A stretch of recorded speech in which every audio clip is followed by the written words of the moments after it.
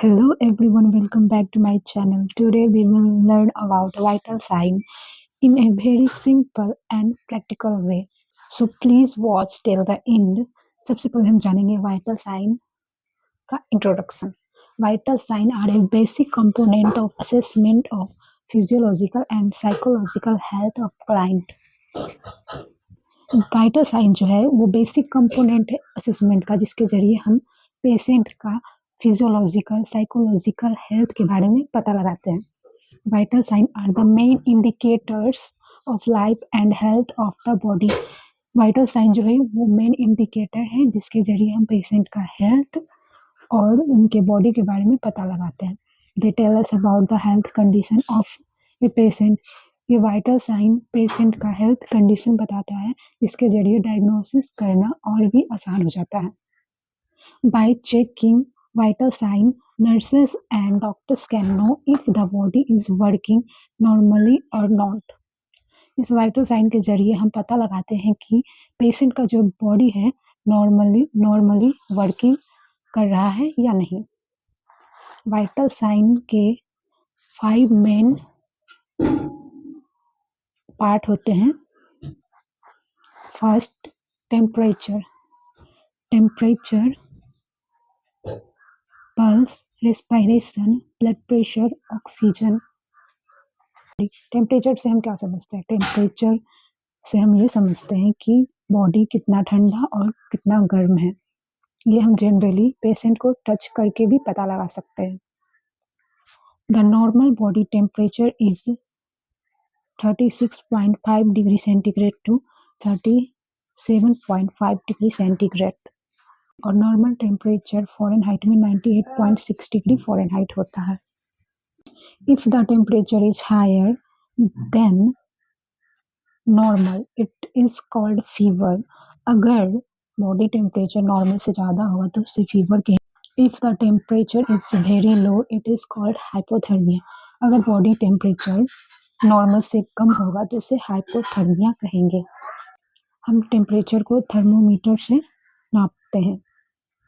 सबसे पहले अगर हम किसी भी पेशेंट का बॉडी टेम्परेचर मेजर कर रहे हैं तो किन किन बातों का ध्यान रखना चाहिए वो हम देखेंगे. Clean thermometer before and after use. अगर हम किसी भी पेशेंट का टेम्परेचर मेजर कर रहे हैं तो हम ये ध्यान में रखेंगे कि थर्मामीटर क्लीन हो, और जब हम मेजर करेंगे टेम्परेचर पेशेंट का तो उसके बाद भी हमें थर्मामीटर को क्लीन करके ही रखना है. Place properly. अगर हम माउथ में लगा रहे हैं या आर्मपिट में लगा रहे हैं तो उसे प्रॉपरली प्लेस करेंगे. Wait for beep in digital thermometer. सबसे पहले अगर हम डिजिटल थर्मामीटर का यूज कर रहे हैं तो हम उसके साउंड का वेट करेंगे. जब वो साउंड बीप की आवाज़ आए तब हम थर्मामीटर निकालेंगे और देखेंगे कि मेजरमेंट कितना आया है. कॉमन मिस्टेक जो कि हम अक्सर हॉस्पिटल में कर देते हैं, नॉट क्लीनिंग थर्मोमीटर और रिमूविंग अर्ली. हम थर्मोमीटर क्लीन नहीं करते. अगर हम पेशेंट को थर्मोमीटर लगा भी देते हैं तो उसे लगता है कि अब मेजर हो गया होगा टेम्परेचर, तुरंत हम निकाल लेते हैं, जिससे कि सही तरीके से टेम्परेचर मेजर नहीं हो पाता है. दूसरा है pulse. Pulse tells us how many times the heart beat in 1 minute. Pulse से क्या पता चलता है कि हमारा धड़कन जो है 1 मिनट में कितने बार धड़का है. Normal pulse rate in adult 60 to 100 beats per minute होता है. हमें नॉर्मल रेंज पता होना चाहिए जिससे कि हमें वाइटल साइन लेने में इजी होता है. If pulse is fast it may be due to fever, stress और इलनेस. अगर किसी भी पेशेंट का पल्स रेट बढ़ा हुआ है तो कोई भी कारण हो सकते हैं, जैसे फीवर, स्ट्रेस, इलनेस या और भी other condition. We usually check pulse on the wrist और neck. हम पल्स रिस्ट और नेक से लेते हैं. अब पल्स लेने में कुछ कॉमन मिस्टेक जो कि हम करते हैं. पल्स लेने के टाइम कुछ ध्यान देने योग्य बातें. Use first 2 finger not thumb. हमें थंब का यूज नहीं करना है. पल्स लेते टाइम हमें फर्स्ट 2 फिंगर का यूज करके पल्स को मेजर करना है. Count for full 1 minute. अगर आप बिगनर हैं तो सबसे पहले 1 मिनट में कितने बार बीट हुए हैं उसे नापे. ये नहीं कि 15 सेकेंड 30 सेकेंड तक नाप करके और फिर उसके बाद आप मल्टीप्लाई करें. इसीलिए अगर आप बिगनर हो तो 1 मिनट तक पूरा काउंट करें। पेशेंट शुड बी रिलैक्स्ड, अगर कोई पेशेंट बाहर से आया है तुरंत अभी तो उसे रिलैक्स होने देंगे, तब हम पल्स लेंगे। ये नहीं कि पेशेंट आया और हम पल्स लेना स्टार्ट कर दिए, ऐसा नहीं करना है। कॉमन मिस्टेक जो कि हम करते हैं फॉर बिगिनर, यूजिंग थंब। ज़्यादातर बिगिनर जो है वो थंब से मेजर करते हैं, जो कि गलत है, हमें थंब से मेजर नहीं करना है। तीसरा है respiration. Respiration mean breathing in and breathing out. It tell us how many times a person breath in 1 minute. Respiration rate के जरिए हमें ये पता चलता है कि कोई पेशेंट 1 मिनट में कितनी बार सांस ले रहा है और छोड़ रहा है। Normal respiration rate in adult is 12 to 20 breath per minute. If fast breathing may be due to fever or lung problem, respiration rate हम मेजर करेंगे तो उसमें हम ध्यान रखेंगे कि पेशेंट कितनी बार सांस ले रहा है और कितनी बार सांस छोड़ रहा है, उससे हम मेजर करते हैं रेस्पायरेशन रेट में। फास्ट ब्रीदिंग में भी ड्यू टू फीवर और लंग्स प्रॉब्लम, अगर किसी भी पेशेंट का ब्रीदिंग फास्ट है तो वो किसी भी प्रॉब्लम की वजह से हो सकता है, जैसे कि फीवर, लंग्स प्रॉब्लम या फिर और भी कोई कंडीशन उसके साथ हो सकती है। अगर किसी पेशेंट का ब्रीदिंग रेट स्लो है तो किसी भी कारण से हो सकता है, जैसे कि मेडिसिन का कोई इफेक्ट हो या फिर डीप स्लीप या फिर और भी कोई कंडीशन हो सकती है। We count respiration by watching the chest movement. हम रेस्पायरेशन रेट को काउंट करते हैं चेस्ट मूवमेंट से, कि कितने बार पेशेंट ने ब्रीद इन और आउट की है, इसे हम काउंट करते हैं चेस्ट के मूवमेंट से। अब रेस्पायरेशन लेते टाइम किन चीज़ों का हमें ध्यान रखना चाहिए एज ए बिगिनर, वो देखेंगे। Watch chest rise and fall, हमें केयरफुली चेस्ट का राइज एंड फॉल देखना है कि चेस्ट का मूवमेंट कैसा है। Count secretly, patient should not know, हमें रेस्पायरेशन रेट को सीक्रेटली काउंट करना है जिससे कि पेशेंट अवेयर ना हो पाए कि उनका रेस्पायरेशन लिया जा रहा है।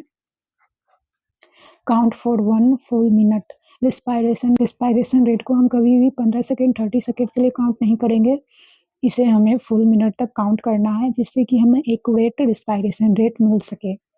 रेस्पायरेशन रेट काउंट करते टाइम कुछ मेजर मिस्टेक जो कि हम लोग करते हैं, काउंटिंग फॉर ओनली 15 सेकेंड, जो कि हमें ये नहीं करना है, हमें फुल मिनट तक काउंट करना है रेस्पायरेशन रेट को। अब हम ब्लड प्रेशर के बारे में जानेंगे। The force of blood flowing in the artery, हमारे आर्टरी में ब्लड का जो फ्लो है वो किस प्रेशर के साथ हो रहा है वो हम मेजर करते हैं ब्लड प्रेशर में। नॉर्मल ब्लड प्रेशर रेट होता है 120/80 mm of Hg। If blood pressure is high, it is called high BP or hypertension.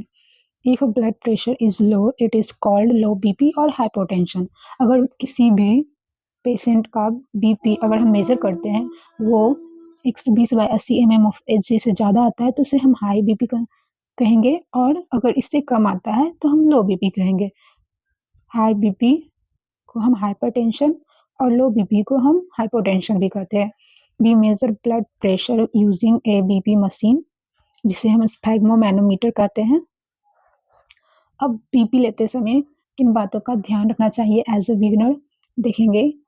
Cough should be tight but not painful, हम ब्लड प्रेशर मशीन का cuff इतना tight नहीं बांधना है कि patient को पेन हो, हमें न ज़्यादा टाइट न ज़्यादा लूज बांधना है। Arm should be at heart level, हमें ये इंश्योर करना है कि पेशेंट का जो आर्म है वो हार्ट के लेवल पे हो, जिससे कि सही बीपी लेने में आसानी होती है।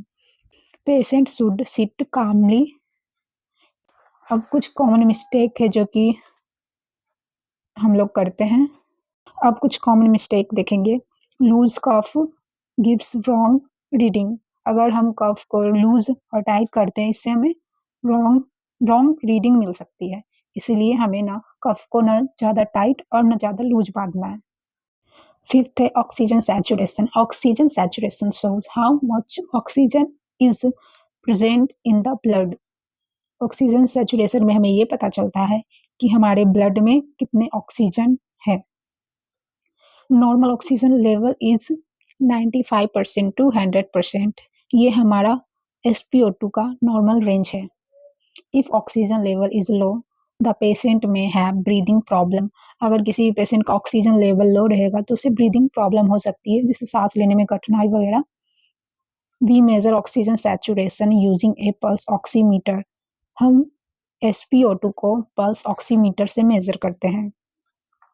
अब ऑक्सीजन सैचुरेशन लेते टाइम कुछ बातें ध्यान में रखनी चाहिए, जैसे कि फिंगर शुड बी क्लीन। अगर पेशेंट कोई नेल पॉलिश लगाया हुआ है तो उसे भी हम रिमूव करेंगे। Common mistake moving hand during reading.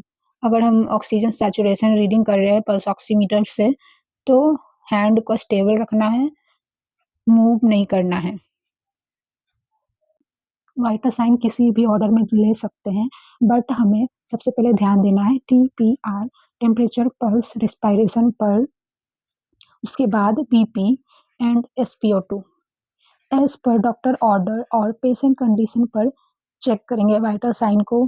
Every student must know correct method normal values common mistake. हमें वाइटल साइन को करेक्ट मेथड से लेना चाहिए और नॉर्मल रेंज को बिल्कुल भी ध्यान में रखें, कॉमन मिस्टेक ना करें। If you found this video helpful, please like, share and subscribe to my channel for more nursing education video. Thank you for watching.